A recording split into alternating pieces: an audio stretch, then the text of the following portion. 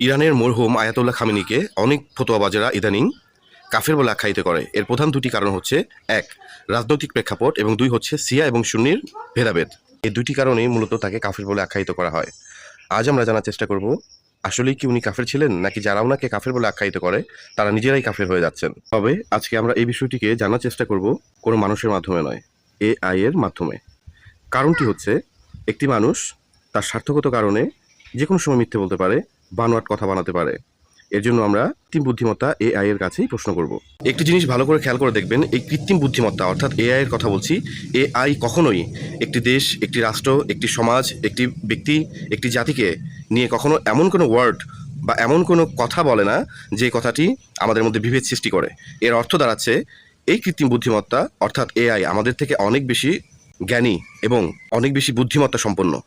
সুতরাং এই গুরুত্বপূর্ণ প্রশ্নটি আমরা অবশ্যই কোনো প্রকার মানুষকে প্রশ্ন না করে আমরা সরাসরি এআই এর সঙ্গে আলোচনা করব, কারণ সে আর যাই করুক মানুষের মতো মিথ্যে কথা বলবে না। বন্ধুরা, আমি এআই কে প্রশ্ন করেছিলাম, ইরানের আয়াতুল্লাহ খামেনিকে তুমি চেনো? ওনাকে অনেকে কাফের বলে আখ্যায়িত করে, কথাটা কতখানি সত্যি? তো এই বিষয়ে এআই আমাকে যা বলে, প্রথমে তার পরিচিতি সম্পর্কে একটু আমরা জেনে নেই। আয়াতুল্লাহ খামেনি ছিলেন ইরানের সর্বোচ্চ ধর্মীয় নেতা এবং রাষ্ট্রপ্রধান। তিনি 1989 সাল থেকে 2026 সালের 28শে ফেব্রুয়ারি পর্যন্ত এই দায়িত্ব পালন করেন। তিনি শিয়া ইসলামী চিন্তাধারার একজন গুরুত্বপূর্ণ ব্যক্তিত্ব এবং ইরানের রাজনৈতিক ও ধর্মীয় কাঠামোর প্রধান নীতি নির্ধারক ছিলেন। 2, ওনাকে কাফের বলে আখ্যায়িত করার দুইটি কারণ। কাফের বলে অভিহিত করার বিষয়টি এখানে বর্ণনা করা হলো। ইন্টারনেট বা বিভিন্ন মহলে তাকে কাফের বা অমুসলিম হিসেবে অভিহিত করার বিষয়টি মূলত বিভিন্ন ধর্মীয় বা রাজনৈতিক মতাদর্শগত দ্বন্দ্বের বহিঃপ্রকাশ। এখানে বিষয়টি ক্লিয়ার। এর পেছনে প্রধানত দুইটি কারণ কাজ করে। প্রথমটি হচ্ছে শিয়া এবং সুন্নি মতাদর্শগত বিভেদ। বিশ্বের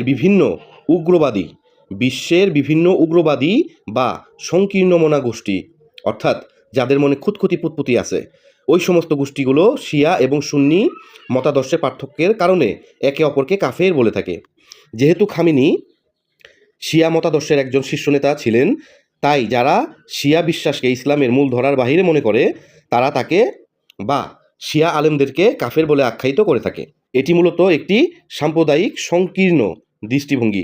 আমি কথাটা আবার রিপিট করি, এটি মূলত একটি সাম্প্রদায়িক সংকীর্ণ দৃষ্টিভঙ্গি। আচ্ছা, এবার রাজনৈতিক বিরোধ নিয়ে কি বলেন? খামেনির রাজনৈতিক কর্মকাণ্ড, বিশেষ করে ইরানের শাসন ব্যবস্থা এবং তার নেওয়া বিভিন্ন সিদ্ধান্তের বিরুদ্ধে যারা অবস্থান নিয়েছেন তারা প্রায়ই তাকে হেয় করার জন্য বা রাজনৈতিকভাবে খাটো করার জন্য, নিচু দেখানোর জন্য এই ধরনের শব্দগুলোকে ব্যবহার করে থাকেন। কথাটা আমি আবার রিপিট করি, খামেনির রাজনৈতিক কর্মকাণ্ড, বিশেষ করে ইরানের শাসন ব্যবস্থা এবং তার নেওয়া বিভিন্ন